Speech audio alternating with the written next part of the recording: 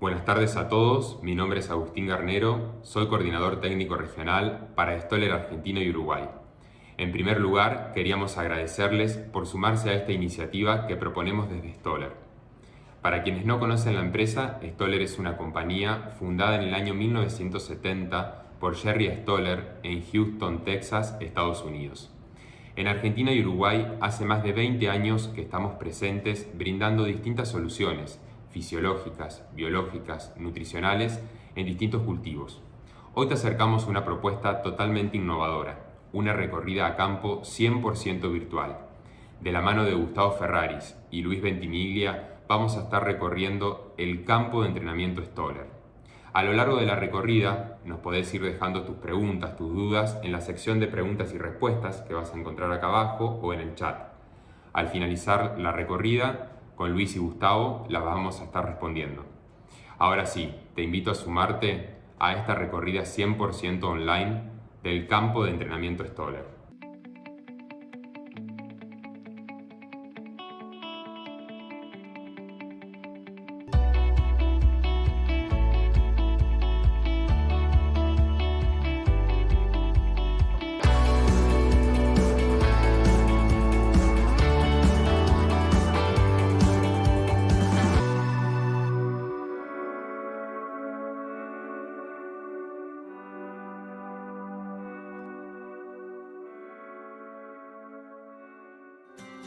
Hola, buenas tardes. Mi nombre es Jonathan Gripa, asesor técnico regional de Stoller, Argentina y Uruguay.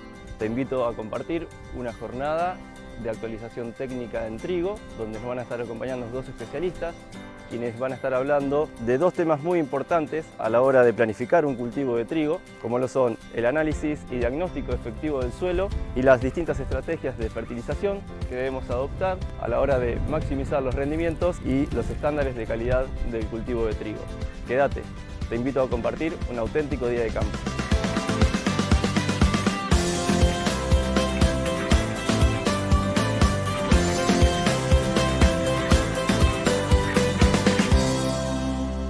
Es Luis Ventimiglia, soy ingeniero agrónomo, trabajo en la Agencia de Extensión Rural INTA 9 de Julio, ya desde hace unos cuantos años, fundamentalmente en la parte de extensión, experimentación en campos de productores, experimentación adaptativa. El día de hoy vamos a hablar un poco de fertilidad, vamos a hablar un poco de análisis, suelo. En realidad el tema de fertilidad y de análisis creo que hay que tomarlo en una forma integral.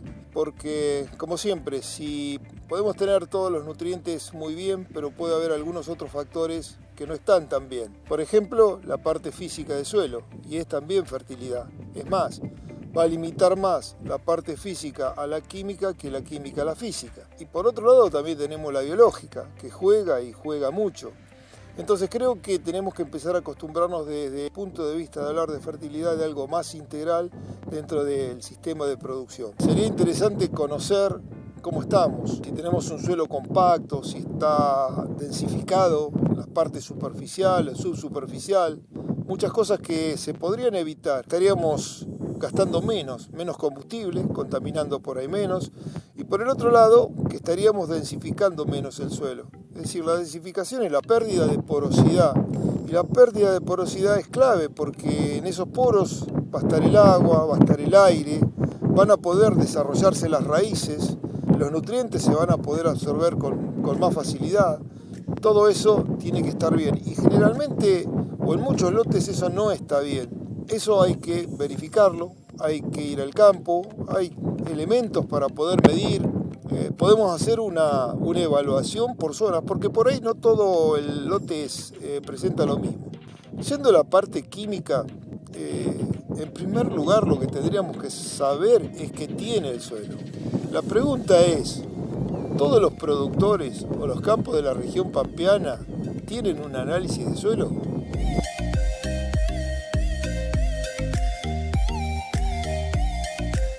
Sería tener un conocimiento exhaustivo de todos los nutrientes que el suelo puede contener, es decir, los nutrientes que un laboratorio nos va a analizar. Materia orgánica es clave saber, porque a partir de la materia orgánica sabemos que derivan una gran cantidad de nutrientes Tenemos que conocer el pH, que nos va a medir la acidez o alcalinidad o neutralidad que tiene un suelo, la capacidad de intercambio catiónico que tiene ese suelo. También podemos medir conductividad eléctrica. Normalmente en los lotes agrícolas no es mayormente problemático, pero cuando hablamos de análisis hablamos para distintos ambientes y hablamos para ambientes que por ahí están en el límite o tienen por ahí valores de conductividad un tanto altas que lógicamente van a tener alguna limitación para los cultivos, para la absorción de nutrientes, inclusive para el uso del agua. Micronutrientes, boro, zinc, cobre, hierro, manganeso, magnesio. Lo ideal sería hacerlo próximo a la siembra, lo suficiente como para poder tener tiempo y poder actuar. Entonces, cuanto más cerca del momento de siembra nosotros estemos posicionados, mejor va a ser el resultado que vamos a tener para luego aplicar ese fertilizante que tenemos que aplicar o los fertilizantes que tenemos que aplicar. Supongamos que vamos a muestrear en 3 profundidades. Acá en este calador está marcado 5, 10, 15, 20 y llega hasta acá. Muchas veces nosotros estamos pasando y estamos muestreando más. Hay otros caladores que se usaron en otra época bastante común, eran las tacitas, hoy se usan mucho menos, que a medida que vamos calando va entrando la tierra a la taza. Con el tiempo, normalmente eso se va gastando y esas puntas que eran de 20 centímetros quedan de 18, de 17, de 15 y estamos muestreando con eso, estamos ahí sobreestimando el valor. En este caso, si es 0,20 va a ir la muestra entera, no voy a tener ningún tipo de problema, la voy a sacar, la voy a meter en la bolsa correspondiente y en ese mismo orificio donde yo muestré 0,20 voy a continuar para ir hasta los 40 centímetros. Cuando voy a ir a los 40 centímetros, siempre dependiendo del tipo de suelo, estos suelos donde estamos parados ahora tienen un contenido de arcilla un poco más elevado. En mi zona, 9 de julio, los suelos son bastante arenosos, entonces es común que siempre se desgrane un poquito de suelo y caiga dentro de ese primer orificio. Lo importante no es tanto la cantidad, sino la calidad del muestreo que nosotros vayamos a realizar.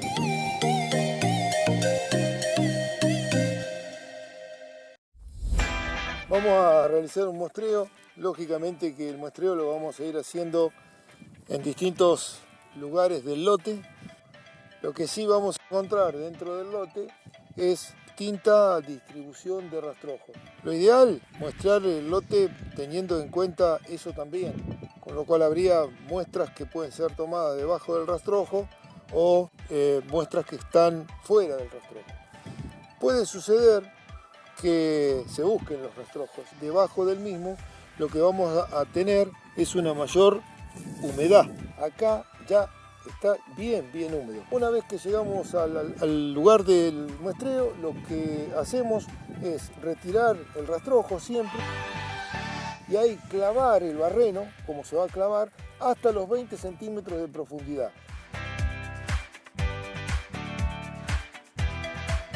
Hay que hacer bastante fuerza para poder introducir el muestreador. Seguramente eso nos está indicando algo que ahora lo vamos a poder ver cuando saquemos la muestra. Ahí lo tenemos, la muestra de 0,20. Acá está un poco pasado seguramente, ahí lo tenemos claramente. O sea, eso lo tendríamos que estar desechando, porque esto pertenece ya a otra parte, a la parte que sería de 20 a 40. Y acá no habría ninguna necesidad de limpiar el barreno, nada, porque es la primera muestra. Acá vamos a tener una bolsita que ya hemos preparado con la profundidad de muestreo. Es un suelo que tiene bastante arena, al tacto uno se puede dar cuenta, y también en lo que respecta al grado de humedad que puede tener el suelo. No está extremadamente húmedo porque si yo voy a sacar, la mano me va a quedar apenas con algo de tierra. Muchas veces cuando el productor va, toca, lo amasa y en función de eso puede ver, digamos, si podemos sembrar o no la humedad suficiente. Una vez que hicimos 0,20, introducimos nuevamente el calador tratando de no disturbar para nada el orificio.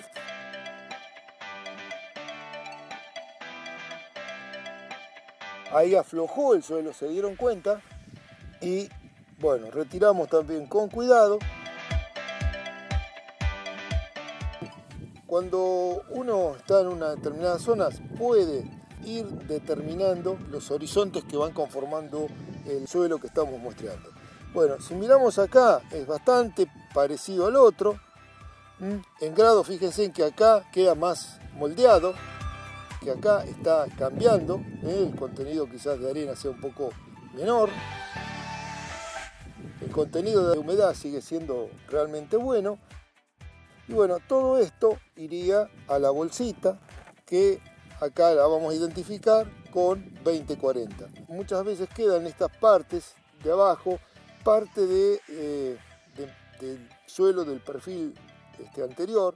Esto normalmente lo debemos sacar como para que sea la muestra representativa y que sea de la profundidad que nosotros queremos evaluar. Podemos seguir hasta los 60 centímetros. Ahí sigue bajando sin mayores dificultades.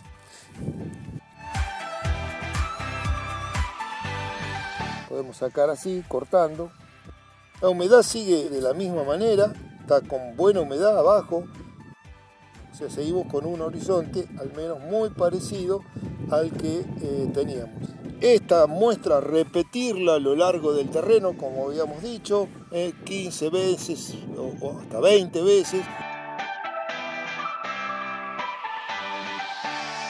Acá el análisis que tenemos marca un valor de pH de 5,7. Ya es un pH ligeramente ácido. En calcio, bueno, está bajo, precisamente porque el pH está bajo también.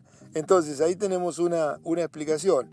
En el caso de potasio está bien. Acá tenemos 523, estamos realmente bien. Acá me dice que tengo un valor de fósforo extremadamente bajo. El valor de fósforo 0,20 es 3 partes por millón.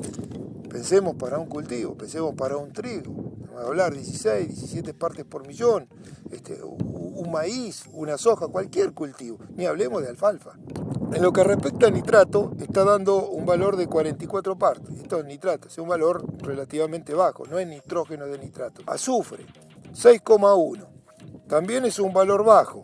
Si bien el contenido de materia orgánica es de 2,63. El contenido de materia orgánica no es extremadamente alto, pero tampoco es extremadamente bajo. Yo lo ubicaría dentro de valores medios. En lo que respecta a zinc, bueno, tiene un valor muy alto, 2,8 partes por millón. Ahí estaríamos lejos a lo mejor de poder tener una respuesta, ¿no? Normalmente el límite crítico por bibliografía es de 1 parte por millón.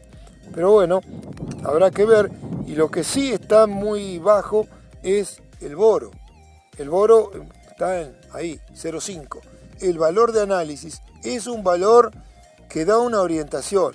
En general los valores que tenemos son de bibliografía, no son de ajustes a nivel local, pero con cualquier especialista del mundo que hable, la parte de micro es un tema complejo. Otro dato interesante que tiene también el problema es la conductividad eléctrica. La conductividad mide, digamos, el grado de desalinización que puede tener un lote. Acá está dando un valor de 0,1. Prácticamente es un valor insignificante para lo que es conductividad. Hay que aplicar nitrógeno, hay que aplicar fósforo, una cantidad realmente importante. Acá sería bueno por ahí trabajar con una cantidad boleada en el suelo y otra parte en la línea, azufre, no me cabe duda, y boro con seguridad. Pero después está todo lo foliar, que son complementos para mejorar lo que voy teniendo con el fertilizante de base, no solamente en rendimiento, sino también en calidad del producto.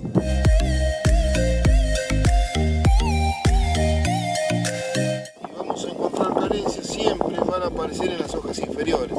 Normalmente esas carencias no van a estar ahora, porque vuelvo a repetir, las necesidades nutricionales de la planta en estos estadios son menores. Entonces, por ahí un suelo con poca disponibilidad tiene capacidad para abastecer a la planta. La planta cuando empieza a evolucionar, sobre todo cuando encaña, cuando se va para arriba, que eso normalmente va a ocurrir entre septiembre y octubre, depende de la zona, por supuesto también, normalmente En la zona centro, en octubre, mitad de octubre, ya espiga el trigo. Ahí las necesidades son muy grandes. Si no hay capacidad de capturar, bueno, el nitrógeno se ve en todas las hojas inferiores. Se ponen todas amarillas, se van desecando las hojas, y si eso se puede ver bien donde hay plantas que reciben sol hasta abajo. Porque yo puedo tener un cultivo muy denso, muy compacto, y confundir un síntoma de carencia nutricional con un síntoma de senescencia natural que el cultivo tiene. En el caso del azufre, que tiene movilidad en el suelo un poco menor, normalmente en la planta tiene menos movilidad. Entonces lo que nosotros vamos a ver carencias en las hojas superiores. Se van a aparecer porque de abajo no se mueve. Entonces vamos a ver mucho más la parte de arriba, más amarillenta, ¿sí? que la parte de abajo. El zinc tampoco tiene movilidad en el suelo, ni tampoco la tiene en la planta. Entonces, por eso que las hojas inferiores también se ve, en el caso del maíz, como yo explicaba, cuando hay una relación con fósforo, se ven esas estrías que tienen las hojas y que, bueno, lógicamente después repercuten en el rendimiento final del cultivo. Gracias por todo y, bueno, nos encontramos la próxima. Muchas gracias.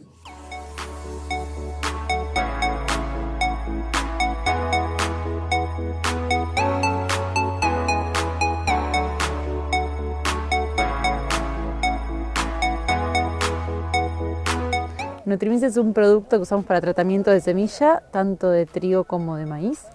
Es un producto que tiene hormonas de crecimiento vegetal, como auxinas, citoquininas y giberelinas, y zinc de forma quelatada. En todos estos años vengo recorriendo lotes tanto de trigo como de maíz.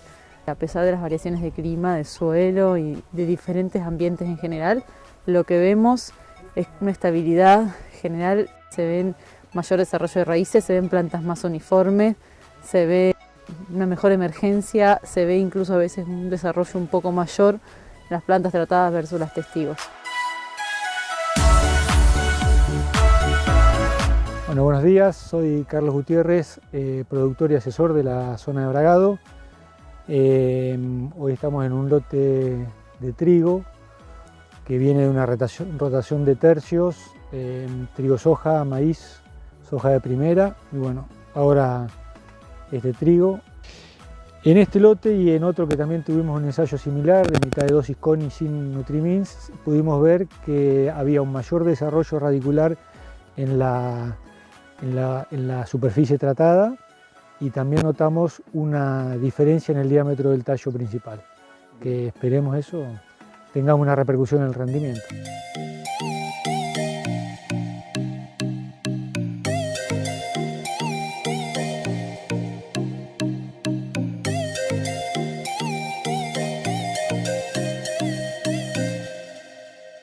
Yo soy Gustavo Ferraris, trabajo en el INTA Pergamino en el grupo Manejo de Cultivos y soy especialista en nutrición de cultivos, en fertilidad de suelos y en agricultura de precisión. Cuando nosotros encaramos la problemática de empezar a decidir la fertilización de un lote, nos encontramos con un grupo muy grande de elementos que son esenciales.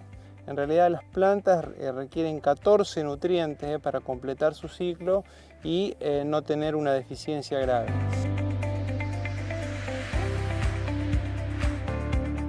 Por cuestiones de magnitud, hay algunos elementos que ya hace muchos años atrás empezaron a limitar la productividad, que son los que llamamos los macronutrientes. Este término macro no hace referencia al porcentaje de determinación de rendimiento que tienen sobre los cultivos, sino a la concentración en que se encuentran tanto en el suelo como en la planta. Pensando ya en un diagnóstico, podríamos clasificar considerando que algunos elementos se mueven en el suelo y otros no se mueven. Los nutrientes móviles son fundamentalmente aquellos asociados a la dinámica de la materia orgánica, como es el caso de nitrógeno, azufre, boro. Su diagnóstico tiene más bien que ver con analizar e interpretar el ritmo de demanda que tienen las plantas a lo largo del ciclo. De este modo, por ejemplo, una planta que esté en activo crecimiento va a generar una demanda importante de estos nutrientes, va a necesitar por eso cantidades más altas que en otro ambiente donde esté limitada la productividad y tenga una demanda más baja. Entonces, en estos elementos que son móviles, el diagnóstico nutricional se hace en varios pasos. Es decir, yo puedo hacer un diagnóstico a la siembra mediante un análisis de suelo, monitorear cuál es su disponibilidad y en función de eso decidir la fertilización. Pero siguiendo un poco el ritmo de esta demanda y de sus necesidades, es importante tener parámetros de medición a lo largo del ciclo que me permitan determinar cómo es el estado nutricional y eventualmente estar atento a eventuales correcciones.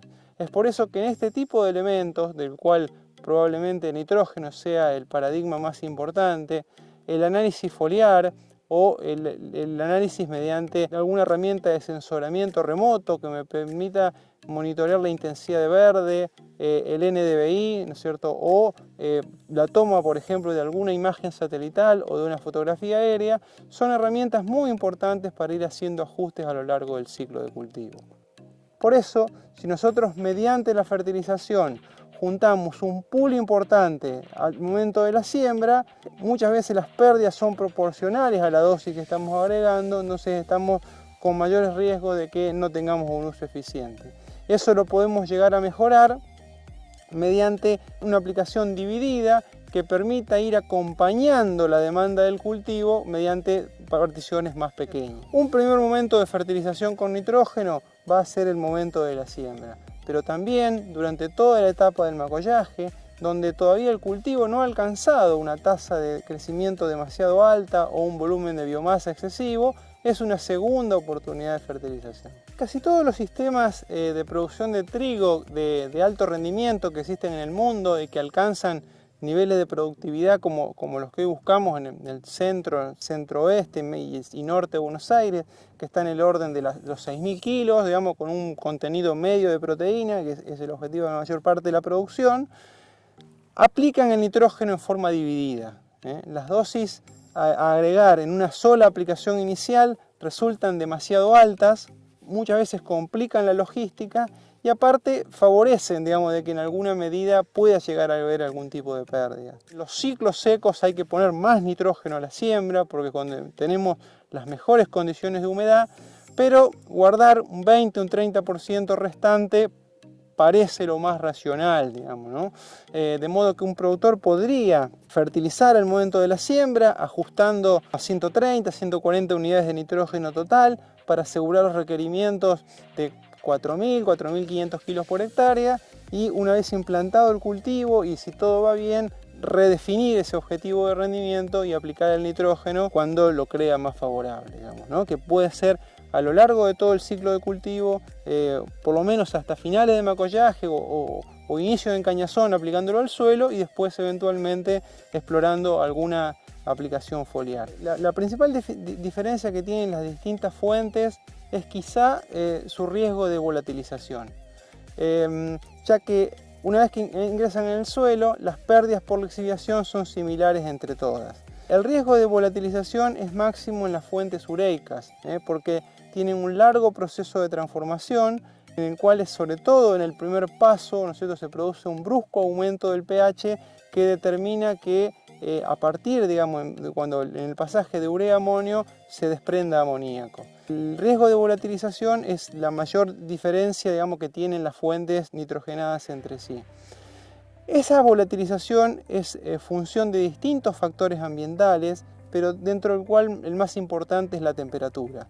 De modo tal que en el invierno esas pérdidas tienden a ser más reducidas y la diferencia entre fuentes es más escasa. Cuando nos vamos a cultivos estivales, ahí sí, digamos, ¿no?, las fuentes nítricas empiezan a tener diferencias sobre las fuentes amoniacales o las fuentes ureicas con mayor razón. Por último, tenemos una tercera alternativa, una tercera oportunidad de aplicar nitrógeno a los cultivos, que son aplicaciones estratégicas, podríamos decir en alguna medida quirúrgicas, que se hacen cerca del periodo reproductivo con el objetivo de modificar un componente puntual del rendimiento. Podría ser apuntalar el número de granos en aplicaciones cercanas a hoja bandera, SAUS 37, SAUS 39, o directamente a mejorar la concentración de proteína en un trigo o cebada, ¿no es cierto?, cuando empieza el cultivo a particionar, digamos, hacia y acumular nitrógeno en los granos más hacia la espigazón. Por eso que en este tipo de años una parte de nitrógeno a la siembra, previo a la siembra, lograr algún tipo de incorporación es importante. Y son los casos, por supuesto, donde la aplicación de nitrógeno foliar tiene mayor relevancia porque es una vía mucho más directa que no tiene que pasar por el suelo, no requiere de una incorporación. Claro que son aplicaciones estratégicas, no podemos poner todo el pool de nitrógeno que requiere un cultivo por vía foliar, sino que lo hacemos para apuntalar un proceso dentro de la planta.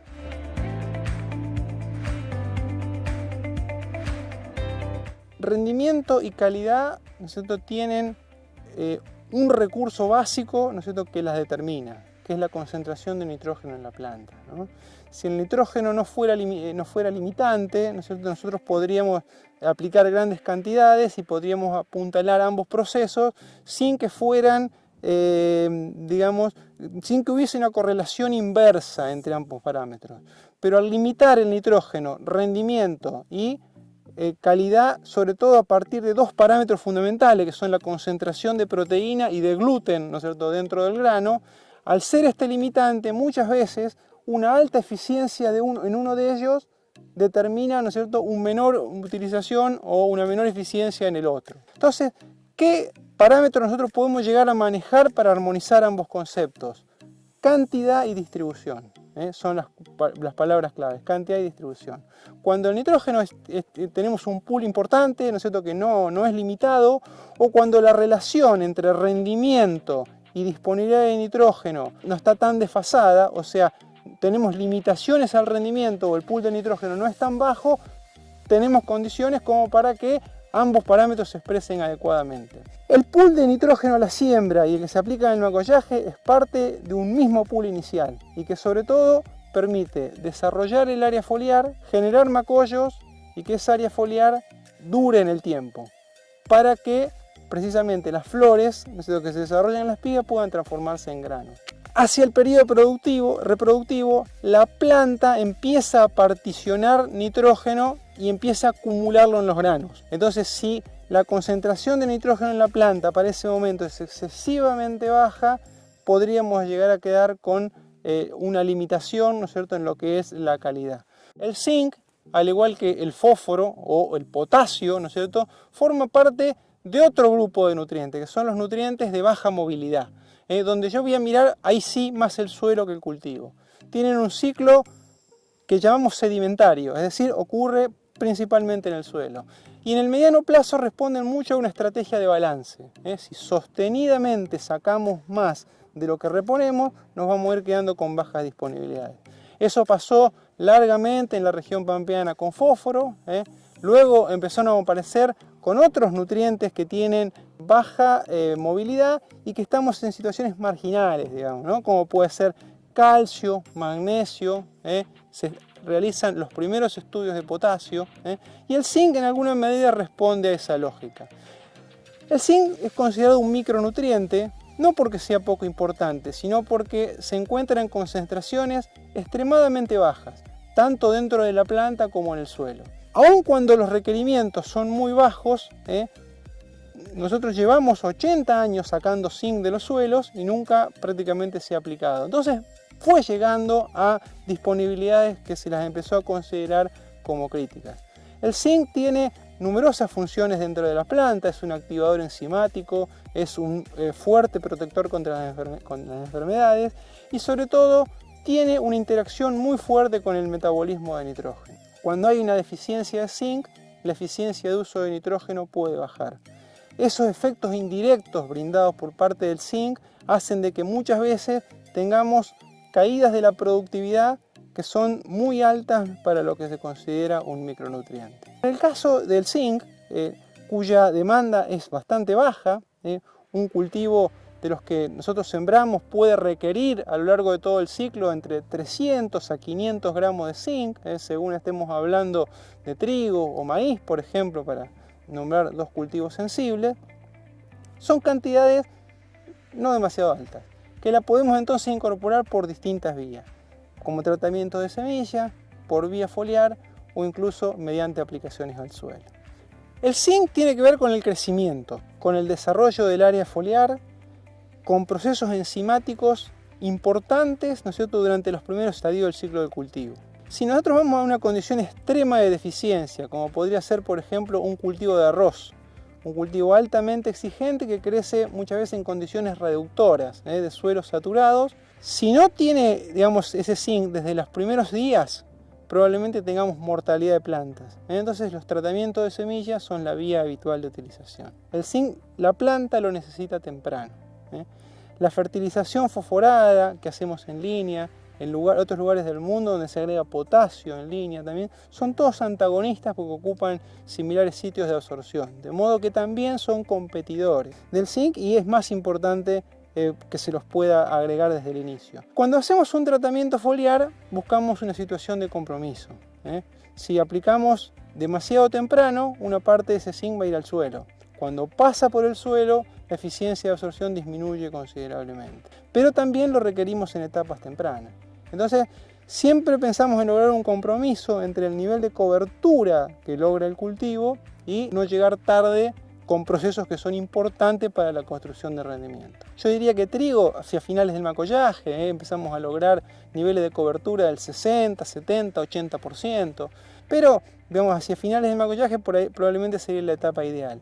Y en el caso de maíz también, digamos, ¿no es cierto? A partir de 5 o 6 hojas logramos niveles de cobertura que están en el orden del 50, 60%, que hacen ya un nivel de intercepción por los tejidos razonable como para que la planta lo pueda interceptar y aprovecharlo. En un proceso de intensificación, nosotros tratamos de lograr de que la planta crezca a máxima tasa durante una etapa más amplia del ciclo. Prácticamente queremos que crezca al máximo para lograr mayores rendimientos durante todo el ciclo, ¿no? Entonces, un poco vamos pasando de dejar de lado de un concepto de balance de nutrientes, de simplemente saber qué cantidades tenemos, para tratar de, en alguna medida, llegar a un concepto más amplio que es el de salud de la planta, de apuntalar no solo la nutrición, sino también la fisiología de la planta, ¿no? Y acompañar diversos procesos hormonales o fisiológicos que se van desencadenando durante el ciclo, ¿no? Entonces, todos los digamos, compuestos que de un modo muy genérico, quizá en alguna medida una definición más funcional, digamos, que química, digamos, pero que llamamos como estimulantes o estimuladores del crecimiento, tienen en las hormonas de crecimiento tal vez el componente más estudiado, ¿no? Y el más conocido. Y como decimos, son un paso más hacia el lado de la fisiología que de la nutrición. A mí me parece que pueden tener un rol relevante entonces en apuntalar dos cuestiones que son muy importantes para la definición de rendimiento, que es, por un lado, apuntalar procesos críticos donde se definen cosas importantes para el cultivo, por ejemplo, donde se define el stand de plantas, o la entrada a un periodo crítico, o sobrellevar algún periodo de estrés.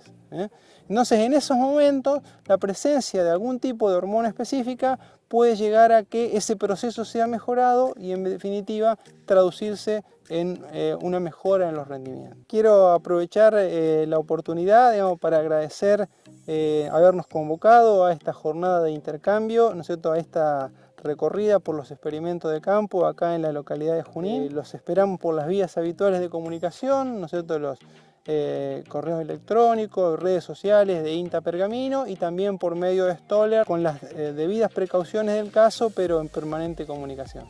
Muchas gracias.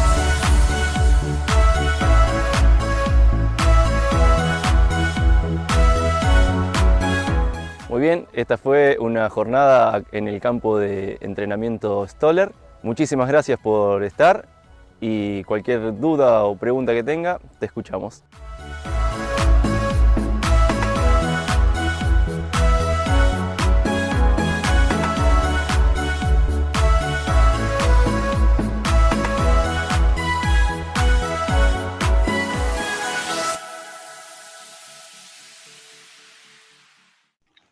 Gustavo, ¿cómo estás? Hola, buenas tardes, Agustín. ¿Cómo estás? Un saludo Bien. grande para vos y para toda la gente que nos ha seguido en la presentación. Bueno, sí, muchas gracias a todos, bienvenidos. Ahí ya estuvimos tomando nota de algunas sugerencias. sobre el tema del video, así que no se preocupen que a lo último se lo vamos a estar enviando sin la música de fondo. Luis, ¿vos nos estás escuchando? ¿Qué tal? ¿Cómo estás? ¿Todo bien? ¿Qué tal, Agustín? El saludo para vos, para toda la gente que está presente, que es mucha. El agradecimiento por la invitación y por estar compartiendo este momento. También a Gustavo, bueno, y a todos. Gracias. Bueno, muchas gracias a ustedes también por unirse en esta nueva instancia de campo virtual, ¿no? Debido al contexto, pero bueno, la verdad que muy bueno todo el conocimiento compartido, ¿eh? Les cuento que llegaron varias preguntas, fui tomando nota, vamos a ir una pregunta cada uno, si les parece. Siguiendo la cronología de la recorrida, Luis, arrancamos con vos, ¿te parece la primera pregunta? ¿Cómo no? Asociada a la parte física de los suelos, que estuviste hablando al principio, Luis, la pregunta dice, ¿cómo harías un análisis de densificación? ¿Tendrías en cuenta solamente la densidad aparente? ¿En qué profundidad? ¿Y cada cuánto tiempo lo harías a ese análisis? Bueno, muy bien, gracias, Agustín. Yo en el comentario anterior, en el video que pasaron, comenté que la parte física, a mi juicio, tiene tanto más importancia que la parte química, porque en gran medida, cuando la parte física está mal, estamos limitando directamente la parte química y lamentablemente por ahí utilizamos una cantidad enorme de insumos que los estamos malgastando, no los estamos aprovechando como corresponde. Antes de contestar la pregunta, diría de que es algo sobre el cual insistimos constantemente en las charlas con productores, con técnicos y demás, en que en gran medida la compactación la vamos generando nosotros mismos y tenemos herramientas como para tratar de manejarla de una manera en la cual eso sea minimizado. Siempre va a haber algo de compactación porque siempre estamos pasando por el lote, tenemos que sembrar, tenemos que aplicar un producto, tenemos que fertilizar, es correcto. Pero muchas veces, por ejemplo, estamos cosechando y estamos con el carrito tolva atrás de la máquina dando vueltas, gastando combustible inútilmente y generando una densificación también inútilmente. En el tema ese se ha trabajado mucho, el grupo de trabajo de 9 de julio trabajó bastante, el ingeniero Richmond, el ingeniero Rillo, midiendo los grados de compactación, por ejemplo, de las huellas y lo que daba al lado. Entonces, también se midió cuánto perdíamos, y se pierde realmente mucho. Hay trabajos que, digamos, estudian cuánto un suelo está pisado, no de un año, porque de la huella del año anterior la vemos, pero la de los otros años no la estamos viendo, pero está generando también una perturbación al cultivo, al sistema radicular y en definitiva al desarrollo del mismo. ¿Qué hacer? ¿Cómo medir? Muchas veces hay mucha gente que piensa, necesito una herramienta, un elemento que no lo tengo, que sale caro, que, en fin. En verdad, lo importante es tener ganas. Yo creo que pasa por ahí, tener ganas de empezar a revertir procesos y situaciones que por ahí no hacemos de la mejor manera. De la manera más campesina, con un fierro, yo puedo medir, no me va a dar cuántos kilogramos por centímetro tengo, ni mucho menos, pero me voy a dar cuenta, exactamente, me voy a dar cuenta en dónde está y a qué profundidad está compactado ese suelo. Mirá, una manera simple, un fierro con punta, una pata que pueda apoyar yo o simplemente con la mano. Después tenemos penetrómetros, lógicamente ya eso sería un penetrómetro, pero un penetrómetro muy rudimentario.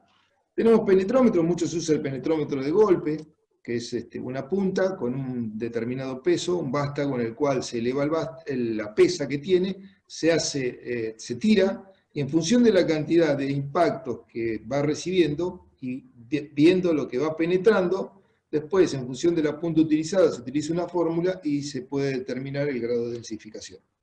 Hay otros penetrómetros que son, digamos, con reloj, que permiten, están graduados en verde, en amarillo, en rojo, si las zonas teóricamente sin compactación marcaría verde, tenemos que ejercer una presión constante y ahí vamos también verificando eso. Y podemos también determinar a qué profundidad está compactado. Y hay otros que aplican esta metodología o parecidas y que, bueno, van a su vez georreferenciando los puntos en donde vamos muestreando, como para poder determinar luego qué sectores, qué zonas están densificadas. La medición de densidad aparente es una medida adecuada, lógicamente que también ayuda, porque la pérdida, digamos, la compactación y la pérdida de porosidad. Si yo también puedo medir porosidad, pero la pérdida de porosidad significa que tengo menos espacios porosos, que precisamente es por donde va a ir el agua, por donde van a ir las raíces, etcétera, etcétera, y el suelo, en un mismo volumen, va a pesar más, va a estar más densificado. Entonces la densidad aparente también me da un parámetro de cuánto está densificado el suelo. Y las profundidades son variables, debería ir, o sea, los mayores procesos biológicos se van a dar en los primeros 30 centímetros de absorción, de agua, de nutrientes, demás. Pero eso no quiere decir que no pueda la planta extraer de más profundo, lógicamente que sí.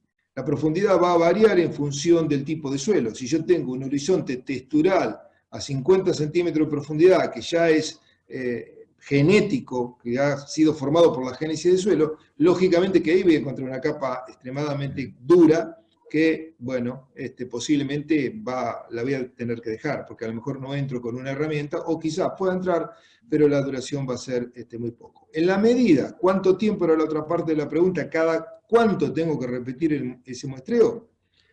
Si yo soy consciente, vuelvo a la primera parte de la contestación mía, y prácticamente no paseo con la camioneta por arriba del lote, no, digamos, utilizo sendas para poder moverme, el carro va a levantar la cosecha de la máquina en los extremos, voy a ir compactando un solo sector, o varios sectores, pero mínimos, que quedan identificados y que después los puedo recuperar con alguna herramienta, llámese paratil, llámese cincel, lo que yo pueda tener. Pero es una superficie mínima del lote. El resto del lote solamente tiene el pasaje de las herramientas necesarias para poder hacer un cultivo. En ese caso, el suelo en gran medida va a permanecer bien estructurado y poroso por unos cuantos años.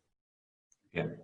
Si me permitís una acotación, Sí, Agustín, sí. como decía un profesor, digamos, americano muy conocido, especialista en el tema, las compactaciones se producen en húmedo y se manifiestan en seco, ¿no? Entonces, en aquellos años húmedos donde el tránsito precisamente va a provocar el proceso de densificación, lo vamos a ver en años como estos, ¿no? Donde evidentemente la resistencia a la penetración de las raíces es mayor al estar los suelos secos.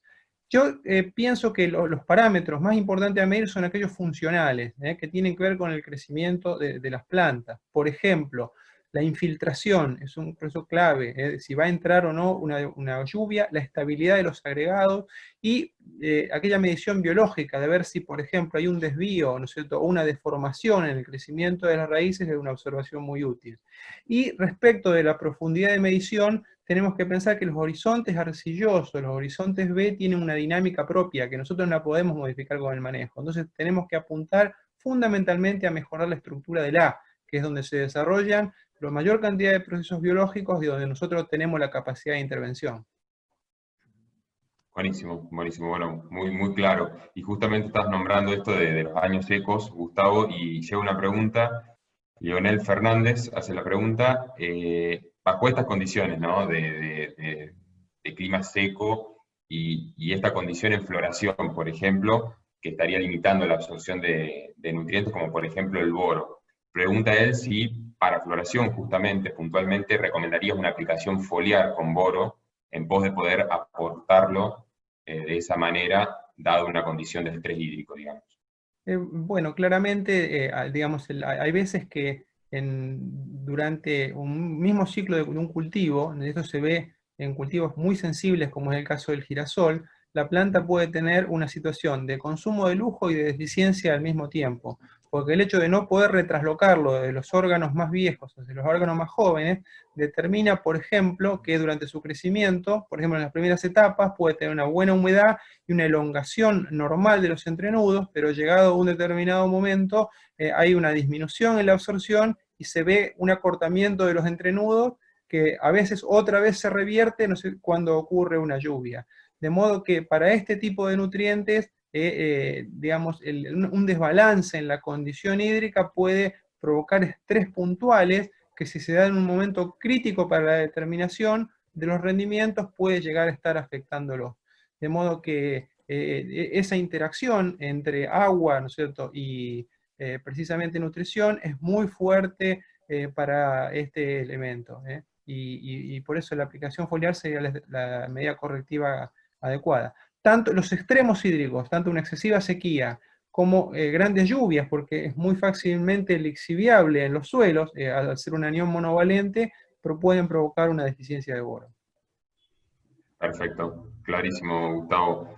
Luis, una pregunta también llega relacionada al tema de muestreo de suelos. Ezequiel Lucero nos pregunta qué consideraciones debería tomar al momento de hacer un muestreo en un suelo laborado, o con laboreo, con doble acción, por ejemplo, con para ti. ¿Tendría que tener alguna consideración en particular o sigue lo que indicaste en el video?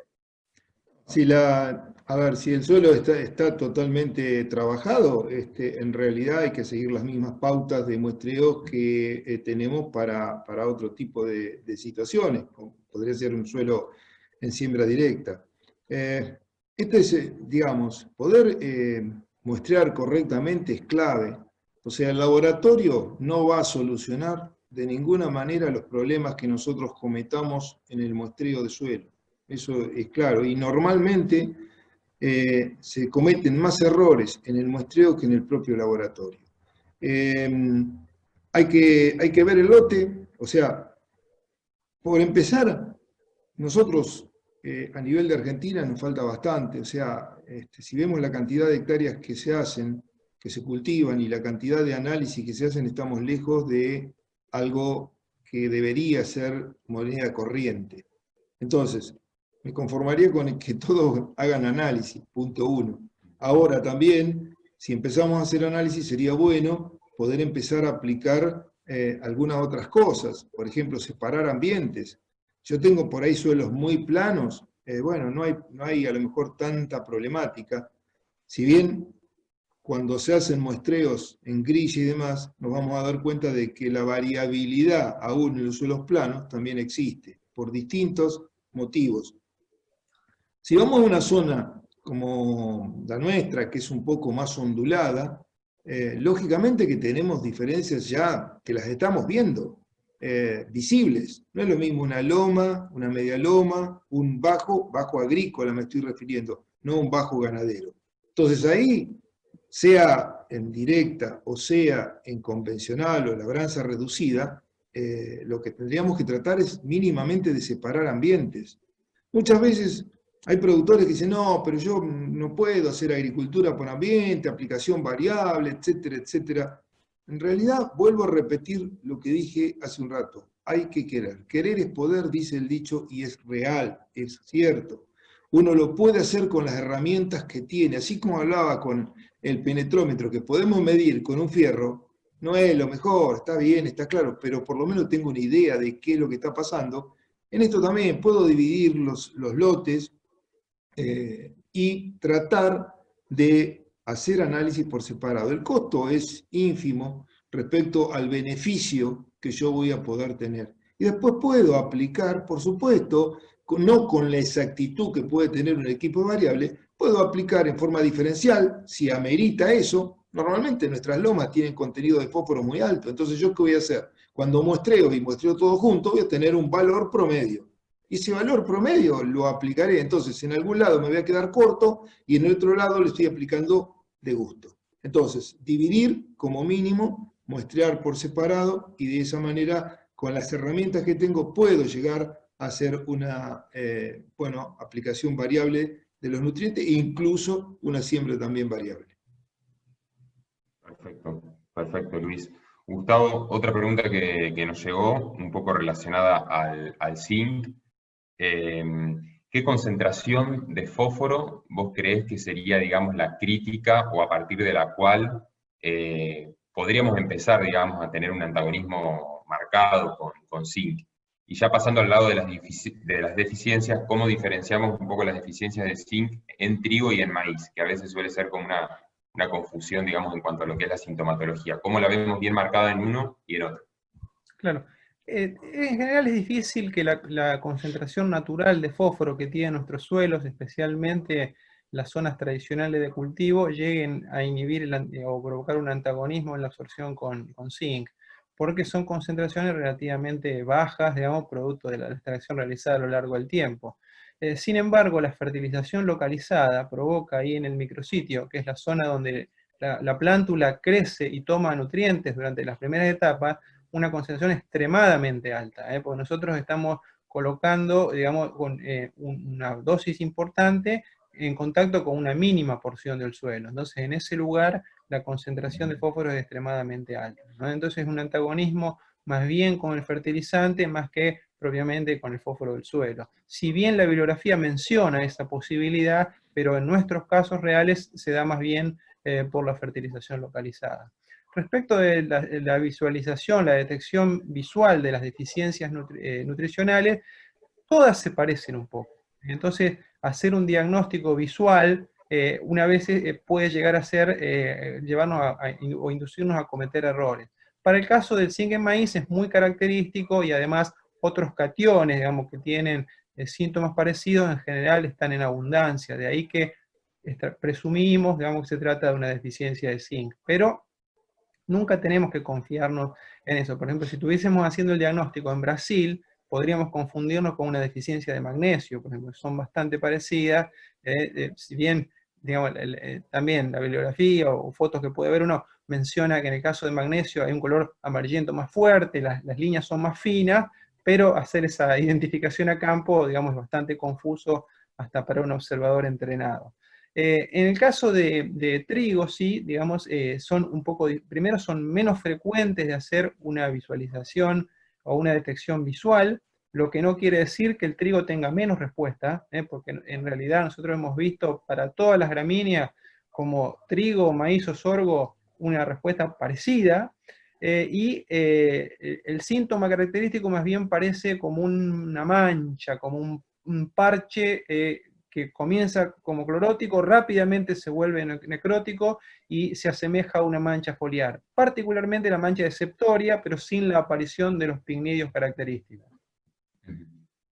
Perfecto, y justo ahí aprovecho una pregunta que aparecía de Gastón Palmini, que dice, bueno, sabiendo entonces esta situación, ¿no?, que tenemos de antagonismo, ¿cuál sería la recomendación?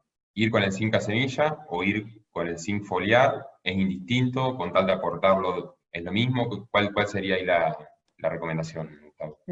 Bueno, justo hoy en la recorrida del campo virtual algo mencionábamos. El zinc es necesario para procesos que se dan temprano en la planta. Interviene en una serie de procesos enzimáticos relacionados con el metabolismo inicial, la síntesis de auxina y con el crecimiento de las plantas. Entonces, idealmente dentro del metabolismo sería óptimo tenerlo temprano. De hecho, en las situaciones extremas de deficiencia, como pueden ser suelos muy alcalinos, con presencia de carbonatos, o por ejemplo en el cultivo de arroz, que las condiciones reductoras crean una deficiencia aguda de este nutriente, generalmente si no se hacen tratamiento de semilla hay una pérdida irreversible de rendimiento. En nuestras condiciones de la región pampeana y en cultivos extensivos donde las deficiencias son moderadas, no son extremas, lo que hemos visto es que en general logramos una recuperación, digamos, del crecimiento del cultivo y amortiguar la pérdida de rendimiento con aplicaciones foliares. Yo lo recomendaría, digamos, para sitios que tienen más de 0,5 partes por millón, por ejemplo, y cultivos que no crecen en una condición extremadamente fría, de siembras muy tempranas, por ejemplo, un maíz de finales de agosto, primeros días de septiembre, ante un nivel de 0,3, 0,4 partes por millón, como podemos ver en el sur de Córdoba, a veces el tratamiento de semilla es lo más aconsejable. En condiciones moderadas de deficiencia, las aplicaciones foliares, tratando de hacerlas temprano, en general pueden llegar a permitirnos recuperar el rendimiento y no tener variaciones con el tratamiento de semilla. Perfecto. Sí, Luis, si me sí, querías agregar algo. No, excelente lo de Gustavo, todos los comentarios que hizo, perfecto. Lo que digo que para hay personas con, digamos, contenidos bajos de fósforo, donde por ahí el productor fertiliza fuerte, con fósforo en la línea, Gustavo lo mencionó, y en años fríos, como probablemente sea este, en nuestra zona se ve muy, pero muy frecuentemente lotes con carencias de zinc, ¿no? Realmente por esa situación que se produce. En el caso del trigo o cebada, que son, digamos, la fertilización está mucho más dividida dentro de las líneas porque estamos sembrando en espaciamientos mucho más estrechos, en años también como este, se ve claramente el cultivo que está bien nutrido de aquel que no lo está tanto. Y esto lo hemos visto en las recorridas, en donde este año tenemos heladas para regalar, ¿no? Y lamentablemente daños importantes, y creo que ahí hay otro tema importante, me parece, para ver cómo salimos. Pero hay desde casi lotes perdidos, y donde ahí, por ejemplo, aquellos lotes que están bien nutridos, y es más, vimos el ejemplo de productos caso Nutrimins aplicado en trigo, ¿no? Y la verdad que está diferente a aquel que no lo tiene. O sea, hay digamos, un mejor comportamiento, quizás la planta está más robusta, quizás el sistema radicular, lógicamente, que ya lo vemos que es mayor, y eso a lo mejor le da un poco más de fuerza para poder sobrellevar estos momentos que está pasando el cultivo en gran cantidad de zonas. Y después lo que decía Gustavo es una realidad, ¿no? Ya en el 2010, sobre más de 2.000 muestras tomadas en Córdoba, parte norte de Buenos Aires, que era la menor parte, y Santa Fe, de esas 2.000 muestras, el 75%, entre el 70 y 75% estaba con valores por debajo de una parte por millón. O sea, pasaron 10 años de eso. La pregunta es, ¿cuánto se aplicó en estos 10 años y cuánto se sacó? Creo que la ecuación es negativa, lamentablemente, por lo tanto, la visualización de más lotes con problemas va a ser más frecuente. Lo importante sería adelantarse a esa situación y poder intervenir para que no ocurra, porque de ocurrir estamos perdiendo bastante rendimiento. Tal cual, tal cual. Bueno, la verdad es que han llegado y siguen llegando un montón de preguntas, pero bueno, ya tenemos que ir cerrando esta jornada. Comentarles a todos los que están escribiendo preguntas que, bueno, después con Gustavo y con Luis se las vamos a estar respondiendo, ¿sí? De manera personal, por mail. Pero bueno, agradecerles antes de dar cierre a esta jornada, Luis, Gustavo, y a toda la gente que se conectó, que nos sigue escuchando. En esta nueva modalidad de campo virtual que seguramente vamos a estar repitiendo para el caso de soja, para el caso de maíz y por qué no también en otros cultivos. Agradecerles a ustedes por sumarse a la iniciativa, la verdad que han sido muy claros, nos han invitado a seguir pensando, así que bueno, muchas gracias a todos los conectados y sepan que les va a llegar esta grabación, ¿sí? Sin la música de fondo, así se puede escuchar mejor. Y bueno, estamos disponibles por medios digitales, en nuestra página www.stoller.com.ar o en redes sociales para cualquier consulta. Por tu intermedio, te agradezco mucho digamos, la oportunidad para crear este espacio y creo que, bueno, por un lado, el compromiso de hacernos llegar de alguna manera el resto de las preguntas y responderlas, digamos, por medio de ustedes, digamos, que tienen la forma de contactarlos, y la idea de a lo mejor en algún momento recrear algún espacio, sea tipo un conversatorio, ¿no es cierto?, donde podamos dar precisamente un espacio específico de preguntas y podamos estar mucho tiempo también aprendiendo de la gente que está trabajando y que con sus inquietudes nos ayuda mucho a orientar la investigación y bueno, contactarnos con las problemáticas que en las distintas zonas se van manifestando. Seguro, seguro. Bueno, gracias, gracias Agustín. La verdad que felicitaciones por la idea, ¿no? La innovación. Siempre se puede innovar y ir un pasito más adelante. Lo que es común son las charlas virtuales y demás, pero lo del campo virtual no es tan común. Así que felicitaciones por la innovación a toda la gente de Stoller. Me adhiero a las palabras de Gustavo también. Estaremos respondiendo a las preguntas que lleguen para acá con gusto. sepan que Gustavo y yo, por supuesto, estamos a disposición, los correos electrónicos están, teléfono, lo que sea, y bueno, trabajamos en el INTA, una entidad pública que pretende trabajar mancomunadamente con también la parte privada y entre todos tratar de sacar lo mejor de la parte productiva. Así que nada más, gracias y nos estaremos encontrando en cualquier otro momento. Muy amables. En el próximo campo. Nos vemos. Chao, chao.